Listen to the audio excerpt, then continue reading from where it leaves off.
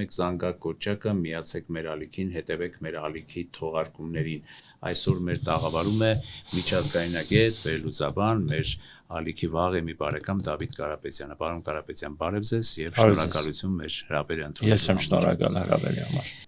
Պարոն Կարապետյան, Մարկո Ռուբիոն այցելեց Հայաստան եւ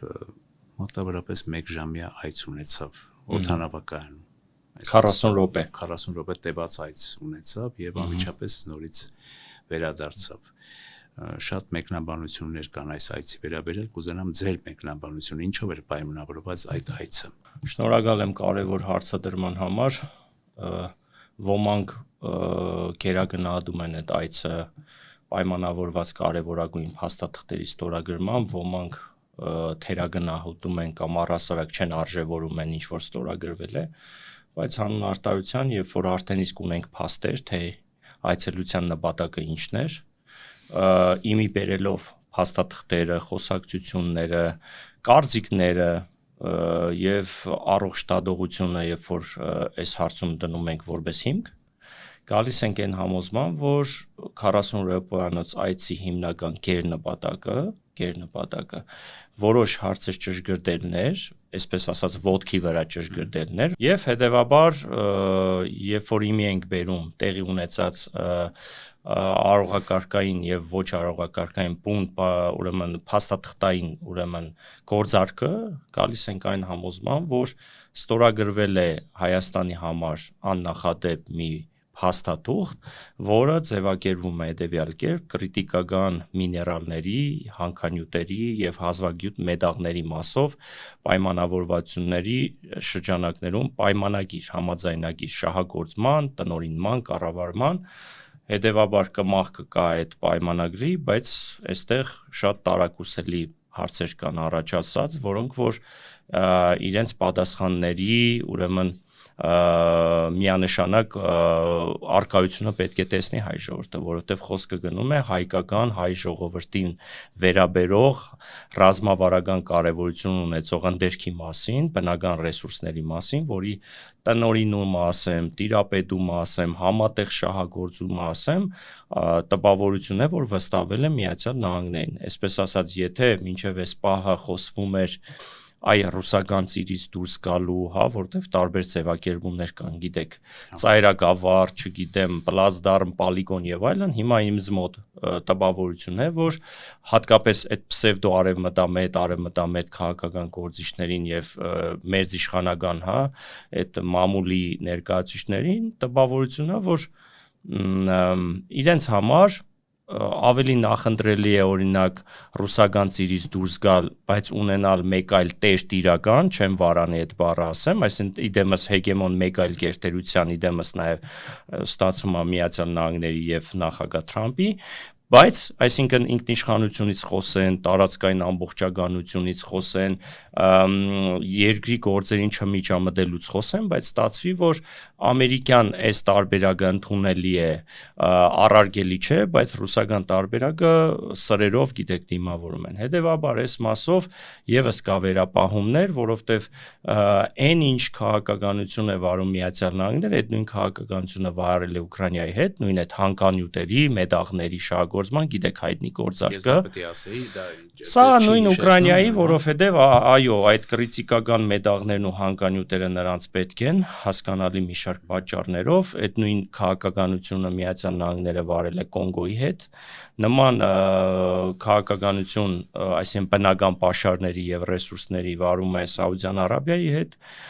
Պարսից ծոցի ավազանի երկրների հետ, ժամանակին Աֆղանստան, Իրաք եւ մի շարք Ավստրալիա անգամ, հիմա Գրենլանդիան որպես այդպեսին իր պաշարներով հետաքրքիր է Միացյալ Նահանգներին եւ հասկանալի է, որ Չինաստանի հետ տնտեսական այս մարաֆոնի շրջանակներում այդ հանքանյութերի, այդ ռեսուրսների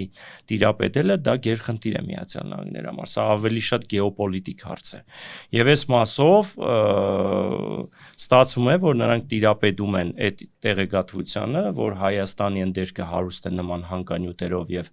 մետաղներով, հազվագյուտ մետաղներով, որը որ իհարկե կարելի է օգտագործել։ Հետևաբար այս մասով ստորագրվել է այդ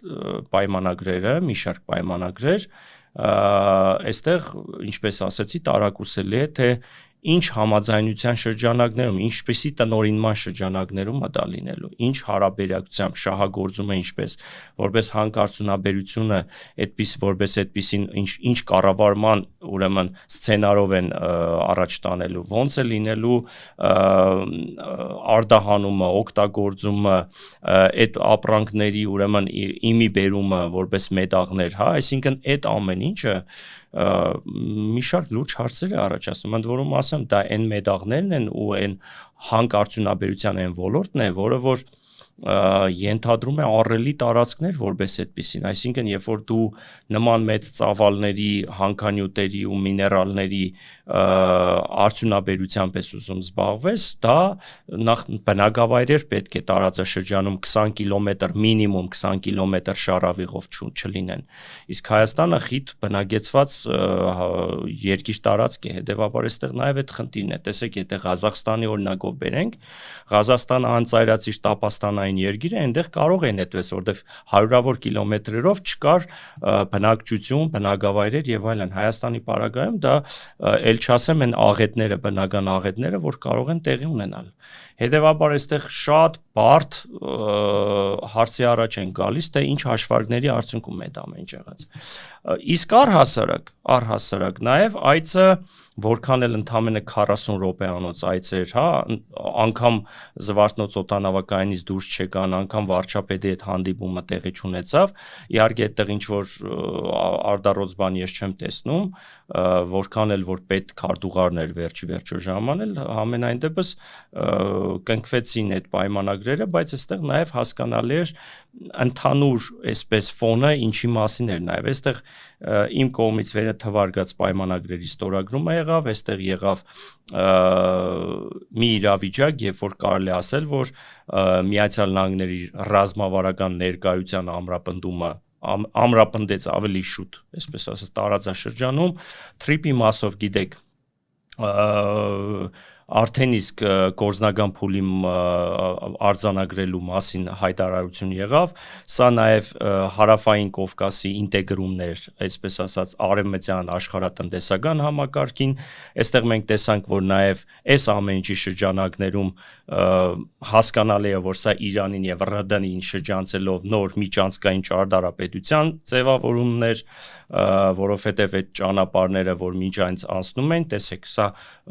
հայտնի Չինաստանի 1 կոդի 1 ճանապարհի սահմանափակումն է ինչ որտեղ, որովհետև մինչ այդ ճանապարհները միջին ասիական երկրներով պետք է գար, ինչպես որ այս ժամանակահատվածում օգտագործվել է այդ միջին միջանցք տրամաբանությամբ, հա, եւ Վրաստանի տարածքով պետք է անցնել, որովհետև այստեղ էլ նաեւ վրացական հանգամանքը կա, որովհետև վրացիները եւս նեղսրդելու տեղ ունեն, ինչպես եւ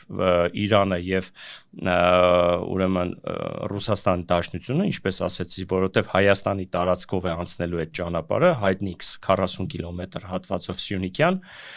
հետևաբար այստեղ հասկանալի է, որ մեր հարևան երկրները, տարածաշրջանային անմիջական հարևան Վրաստանը եւ Իրանը եւ Ռուսաստանը բնականաբար, եթե չասեմ սրերով, ապա անգամ քենապահությամբ են տրամադրված, եթե հանգարց սա կենսագործվի այս ամբողջ պրոյեկտը, որովհետև այդ ճանապարհները պատկերացնում եք, չէ, Վրաստանը վերջերս անգամ Թբիլիսի-Քութայիսի եւ տրանշերով Քութայիսի Բաթումի ճանապարհը սարքեց, որբիսի այդ ամբողջ շահագործումը միջին միջանցքի այդ երթուղով պետք է անցներ, բայց փաստի առաջ կանգնեց, ավելի ճիշտ կոտրված տաշտակի առաջ, հետեւաբար այս ամեն ինչը բերում են նրան, որ այս պահին Միացյալ Նահանգները ելնելով իր բացառապես իր ազգային ու պետական շահերով, ինչպես ասեցի, իրենց ռազմավարական ներկայությունը ամրապնդելով տարածաշրջանում, փորձեցին իրենց խնդիրները լուծել, հատկապես օգտվելով առիթից, ինչպես ռուս-ուկրաինական պատերազմի ժամանակ օգտվում են առիթից եւ տեսնելով այսպես ծանր վիճակը Ուկրաինայի աջակցելու հետ համատեղ այսպես թաթը դրեցին իրենց բնական էներգոռեսուրսների, բնական հանքանյութերի վրա։ Հիմա նույն պատկերը մեր մոտ է արձանագրվում։ Երկու կարծիք, երկու իրարամերժ տեսակետ կա բոլոր դեպքերում, եկեք այդ իրարամերժ տեսակետները վերջ-վերջո բաղդատենք, հետո կանցնենք ռուսական թեմային, որ սա մեզ համար բացառիկ անվտանգային հանգամանք է լինելու, սկսած անցյալ տարվա օգոստոսի 8-ի թրիպի այդ համաձայնագրից երակողմ եւ վերջացրած հետագա նաեւ շարունակած հետագա արարողակարգերը վերջացրած այս այցը բոլոր դեպքերում համարում են, որ սա հերթական քայլներ Հայաստանի անվտանգային, այսպես ասած ճարտարապետությունը կերտելու եւ արդեն թրիպի հետ կապված բոլոր համաձայնությունները ավելի գործնական հունի մեջ դնելու համար։ Իսկ հակառակ տեսակետը այն է, որ մենք դառնում ենք պարզապես գործիք, այսինքն ուղղակի ոչ մի բան չստանալով դառնում ենք հակառուսական գործիք։ Ինչ կասեք։ Տեսեք երկու կարծես իրարամերժ հասկանալի երկու իրարամերժ տեսակետների մեջ կա ճշմարտություն հանուն արտարության երկու կողմում կան խելամիտ եւ խոհեմ մտահոգություններ, որոնք որ արտահայտվում են այդ կերպ, ես իմ մտահոգությունը ասեցի, որպես այդպեսին, այո, դուք շատ ճիշտ նշեցիք, ես այն կարծիքին եմ եկել, որ սա, եթե ժողովրդական լեզվով ասենք, սա անվտանգության երաշխավորության քավորություն է տվյալ դեպքում առաջնահերթ, որը որ Հայաստանին ներկայացվում է եւ հայ ժողովրդին էլ իրենց հերթին գործող իշխանությունները ներկայացնում են, որ այդ տեսեք դուք անգամ էգզիստենցիալ վտանգի առաջ եք կանգնած, հարևան ձեր երկիրը եթե անկեղծ էքսպանսիոնիստական իր վարկագծից չի հրաժարվել, Սյունիքը ամեն պահի կարող են գրավել, ցանկացած ռազմական գործողություն լոկալ թե գլոբալ տարածաշրջանային կարող է նորից բռնկվի, սահմանները խախտվեն, տարածքները կորսվեն կերձին եւ այս մասով տեսեք հեգեմոն գերտերություն Միացյալ Նահանգները տալիս է իր երաշխավորությունը, որ նման սցենարների ականատեսը չենք դառնա, հետեւաբար միաժամանակ համատեղ ծրագրեր ենք իրականացնում հայ-ամերիկյան ռազմավարական դաշնակցային հարաբերությունների համատեքստում, որը ինչ խոսք ողջունելի է, բայց այստեղ նաեւ հասկանալի է, որ ինչպես նշեցի, Միացյալ Նահանգները անշահ չէին կարող մնալ, որովհետև Միացյալ Նահանգները մինչև չտեսնի իր համար բարենպաստ իրավիճակ, առիթից օգտվելու լավագույն հնարավորություն երևակայեք, իրենք չեն որքան էլ Հայաստանի Հանրապետության հանդեպ, հայ ժողովրդի հանդեպ, գործող իշխանությունների հանդեպ սիրառատ գտնվեն, այդ տեսնում ենք, հա, բացահայտ ու ոչ անգամ թափանցիկ կերպով իշխանությունների վերարտադրման մասին աջակցություն են ցուցաբերում, J.D. Vance-ից սկսած մինչև Մարկո Ռյուբիո անցամ Թրամփ առավոտյան տեսակ, հա։ Սա խոսում է այն մասին, որ իրենք տեսնում են իրենց աշխարհաքաղաքական տեսանկյունից իրենց շահերի համընկնում, տարածաշրջանային կոնֆլիկտի արկայության կասեցման պարագայում իրենց ազգային եւ պետական շահերի համընկնում, որ տարածաշրջանում տվյալ դեպքում հարավային Կովկասում իրենց աշխարհաքաղաքական պատկերացումները, որ իրականացնեն, որտեղ լավ նախադեպ է իրենց համար ընձեռվել, առավել եւս, որ հիմա ռուսական ծիրից դուրս գալու այդ տրամաբանությամբ արևմտյան աշխարհակարգին ինտեգրվելու, այսպես դիվերսիֆիկացվելու process է գեներացվում։ Բայց մի կողմներ ասում են, որ ռուսական ծիրից դուրս չեն գալիս, հենց նույն իշխանությունները վերցնենք, այսինքն այստեղ չի զգացվում, որ պարոն Կարապետյան շատ թեզերի եւ շատ մոտեցումների հակասականություն կա, ամբողջովին հակասություններ են։ Եվ շարունակելով միտքս ասեմ, որ բոլոր դեպքերում ռուսական կողմից հնչում են հստակ մեսիջներ, զգուշացման մեսիջներ, որ այսպես չի կարելի կողմնորոշվել կամ մեզ հետ կամ մեր դեմ, որովհետև արդեն հին աշխարհակարգը չկա, չէ՞, այսօր կոնֆլիկտային աշխարհակարգն է, հավաքական արևմուտք, Ռուսաստան։ Հիմա նրանք էլ ասում են կամ մեզ հետ կամ մեր դեմ։ Այստեղից հնչում են, որ չէ, մենք Ռուսաստանի դեմ չենք, եւ մեր ընդդիմադիր գործիչներն էլ ասում են, որ ոչ, սա ոչ մի անվտանգային գործոն մեզ չի ապահովելու, սա ընդհանրապես դեկլարատիվ հայտարարություններ են։ Ճշմարտություն կա դրա մեջ, թե ոչ։ Կրկին, գիտեք, նման խոսույթի մեջ չի կարող ճշմարտություններ չլինել, իհարկե ֆետիշացումներն էլ կան, այս ամեն ինչի մեջ մենք քաղաքական նոպաներ էլ, քաղաքական կոմաներ էլ կտենանք, հələ նորա այս ամեն ինչը թափ հավաքում, մինչև ամսի 7-ը ցանկացած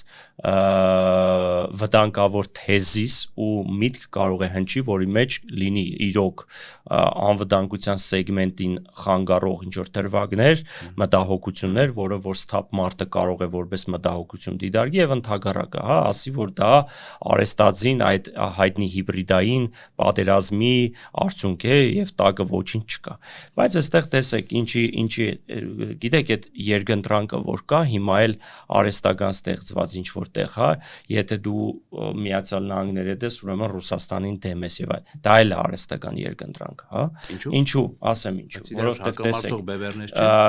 գիտեք ինչ, հա, ինչ որտեղ դա տրամաբանական են կանով, որ երկու հեգեմոն գերտերություններ միշտ հակասությունների մեջ են, հիմա Հայաստանը դառնում է այդ թվում թատերաբեմ, ընդ որում այս ամեն ինչի մեջ մենք տեսնում ենք, որ անգամ հագաիրանական կոալիցիայի մեջ է ինչ որտեղ Հայաստանը դիտարկում։ Այդ ամեն ինչը հասկա ընդ որում մանավանդ այս հագառուսական տրամադրությունները, որը որ գեներացվում է, ընդ որում իրենք համ նալին են խփում, համ հասկանալի է որտեղ, համ ասում են մենք Ռուսաստանի հետ շատ լավ բարեկամական հարաբերություններ ունենք, մենք չենք խզի ԱՏՄ-ի հետ համագործակցություն, դուրս չենք գալիս հապկին եւ այլն, բայց միաժամանակ նույն բարձրաստիճան ղեկավարները օր առաջ Ռուսաստանին համարում են իրենց երկրի գործերին միջամտող երկիր, համարում են, որ մենք ռուսական գուբերնիա ենք եւ դուրս են գալիս հայտնի խոսույթները, հա, եւ այստեղ է որ հասկանում ես, որ այս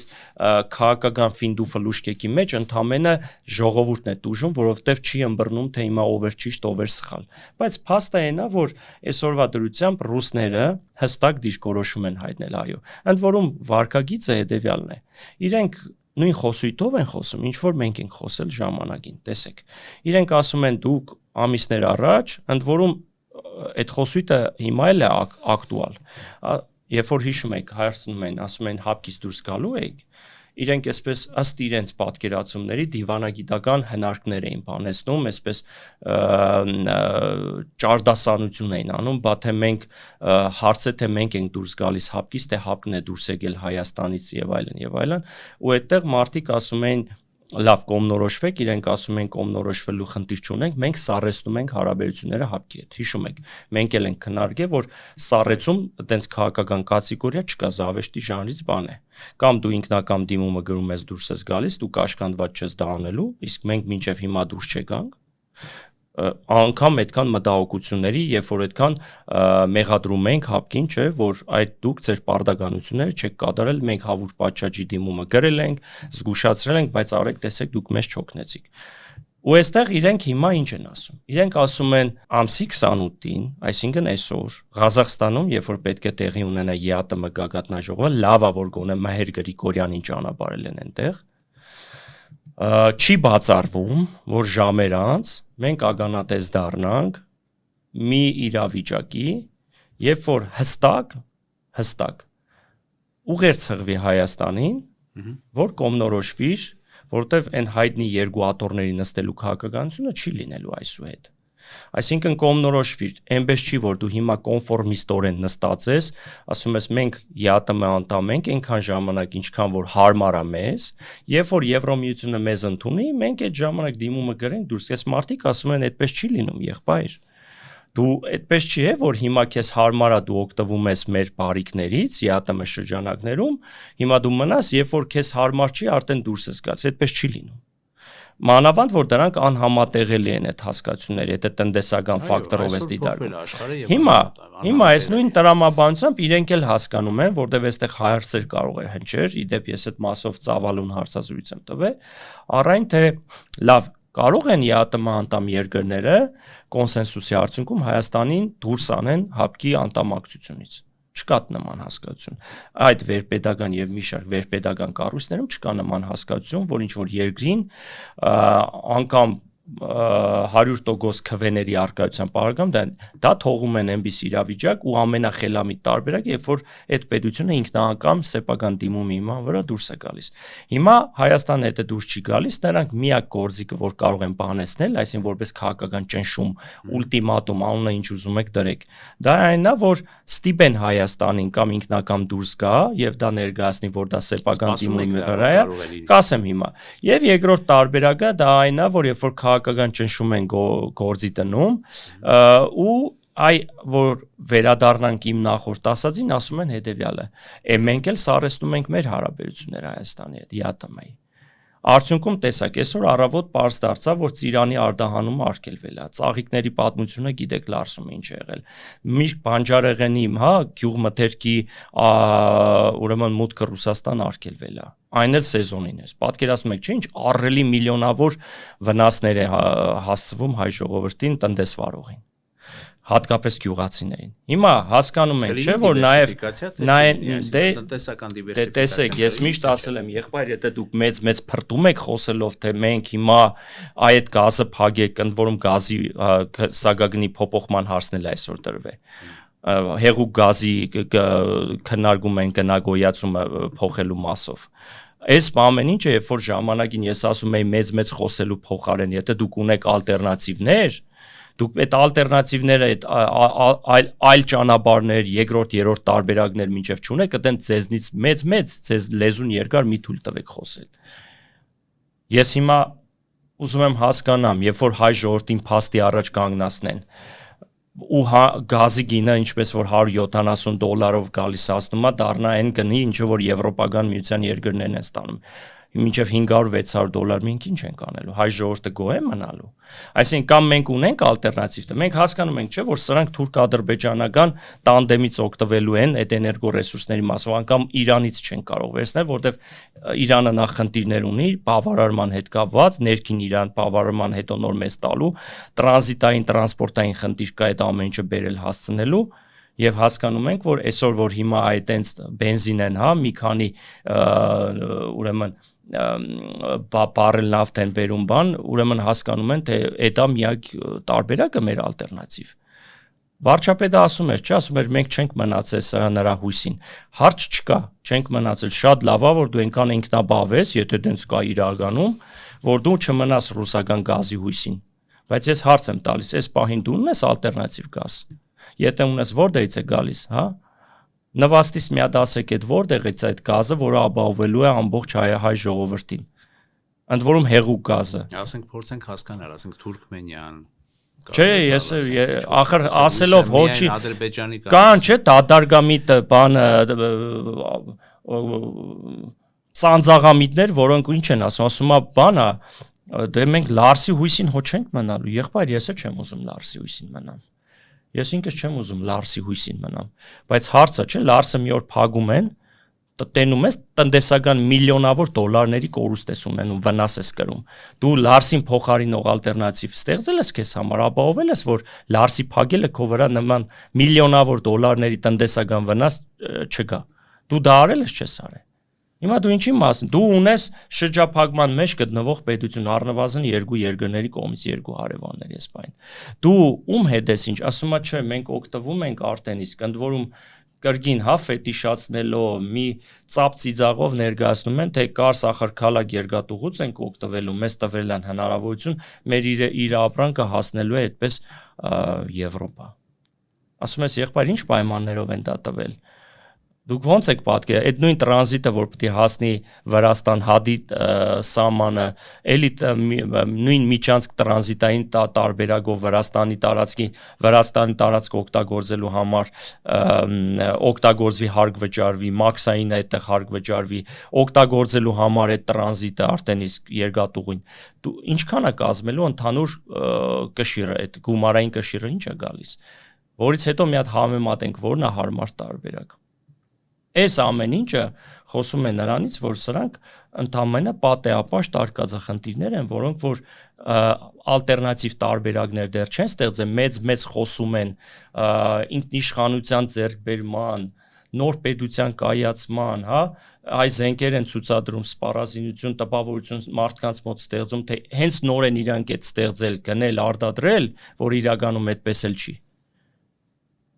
Այս մարդիկ պարզա որ հիմա արճակատման են գնում եւ ավելի են խորացնում ու ճգնաժամը, որը առկա է Ռուսաստանի Դաշնության հետ։ Մենք հասկանում ենք, չէ, որ շատ դեպքերում Ռուսաստանի հետ արճակատումը, նման քաղաքական արճակատումը շատ ծանր հետևանքներ է թողում մեզ համար։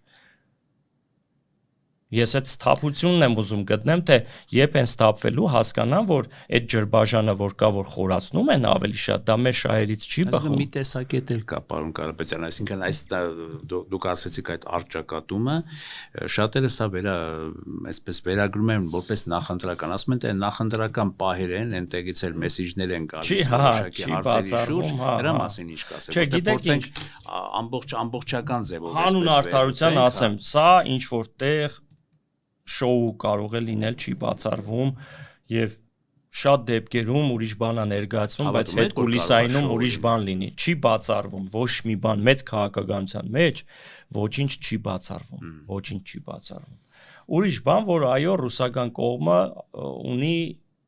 իր տարբերակները, հասկանալի է, չէ՞, բայց եթե արդեն հստակ արգելանքներ ա դնում, էլ ինչ արգելանքներ ա դնում, բայց դեռևս կառավարել է ամեն ինչը։ Տեսեք, ես ինքս եմ, չէ՞, թվարկում այդ խնդիրները, որ ստեղծել միլիոնավոր դոլարների վնասները, բայց դեռևս դա կառավարել է։ Ընդ որում նման ճգնաժամերը առ ժամանակ կարող են լինել։ Հիշում եք Ադրբեջանի հետ երբ որ լարվավ հարաբերությունները, նույն պատմությունը անցած տարի։ Հետո արդեն Հետո հա, այսինքն նայած թե իրանք հիմա սա մեսիջա, որ գցում են քաղաքական դաշտ, տեսնեն ինչպիսի արձագանքներ կգան։ Ինչպիսի վերաբերմունք կլինի, հասկանալի է, չէ՞, որ Ռուսաստանը իր սցենարը ունի այս մասով։ Ռուսաստանը այս ամբողջ քաղաքական կոնյունկտուրայի մեջ իր դիրքավորումը ունի, իր պատկերացումներ ունի, տարբերակ A, B, G մինչև F ունի։ Հասկանալի է, չէ՞, այդ մարդիկ շարժվում են բացառապես իրենց ազգային դոկտրինով, իրենք գիտեն տարբեր երկրների հետ միջպետական հարաբերություններում ինչ վարքագիծ դրսևորեն։ Այս բանը այսպես է նպատակարար, բայց ամեն դեպքում այո,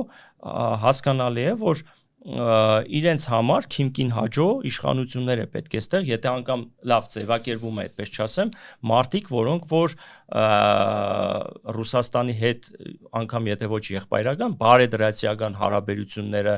դաշնակցային հարաբերությունները վերականգնելու կողմնագից կլինի։ Իհարկե ես կարծում եմ, որ Ռուսաստանն էլ իր մասով իր սխալները ու իր թերությունները հասկացել է ամեն դեպքում, որքան էլ որ դիտարկում է, որ այն քաղաքականությունը, որ վարում են այս իշխանությունները, դա դեռևս չի նշանակում, որ հայ ժողովուրդը կողմ է այս իշխանություններին ու իրենց վարած քաղաքականությունը, հետևաբար իրենք լարվածությունը պահեն ու դրանով վնաս տան հայ ժողովրդին, որտեղ իրենք հասկանում են, որ այս իշխանությունները ժամանակավոր են, այսօր կամ վաղը չկան։ Հա, իրենց արտահայտություններից գալիս է, որ ասենք Պեսկովի արտահայտությունից, որ մենք հայ ժողովրդի հետ խնդիր չունենք, ասես թե այդպես է դա։ Հիմա բայց փաստացի իրականում էլի ժողովուրդն է տուժում, որովհետև ինչ որտեղ, գիտեք, մի հատ այստեղ մոդեցում կա, չեմ կարող դա էլ չասել։ Ասում եմ, մինչև իմ ու քո ջեբին չկպնեն, ֆինանսական, տնտեսական խնդրեմ չստեղծեն, դու տեղից շարժվողը չես։ Որովհետև նրանք հասկացել են, որ դու վնաս ուտես, հասկանաս նոր ոտքի կանգնես այս իշխանություններին, ժողովուրդը կասի կլարես։ Երբ որ իրենք գուցե եւ հենց այդ քաղաքականությունն են վարում, որ համաժողովրդական ցասում ընդվզում առաջանա,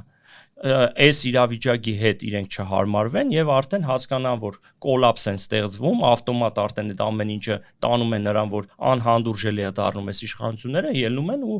այսպես ասած քաղաքական իրենց խոսքը այնա լինում, որ վռնդեն այս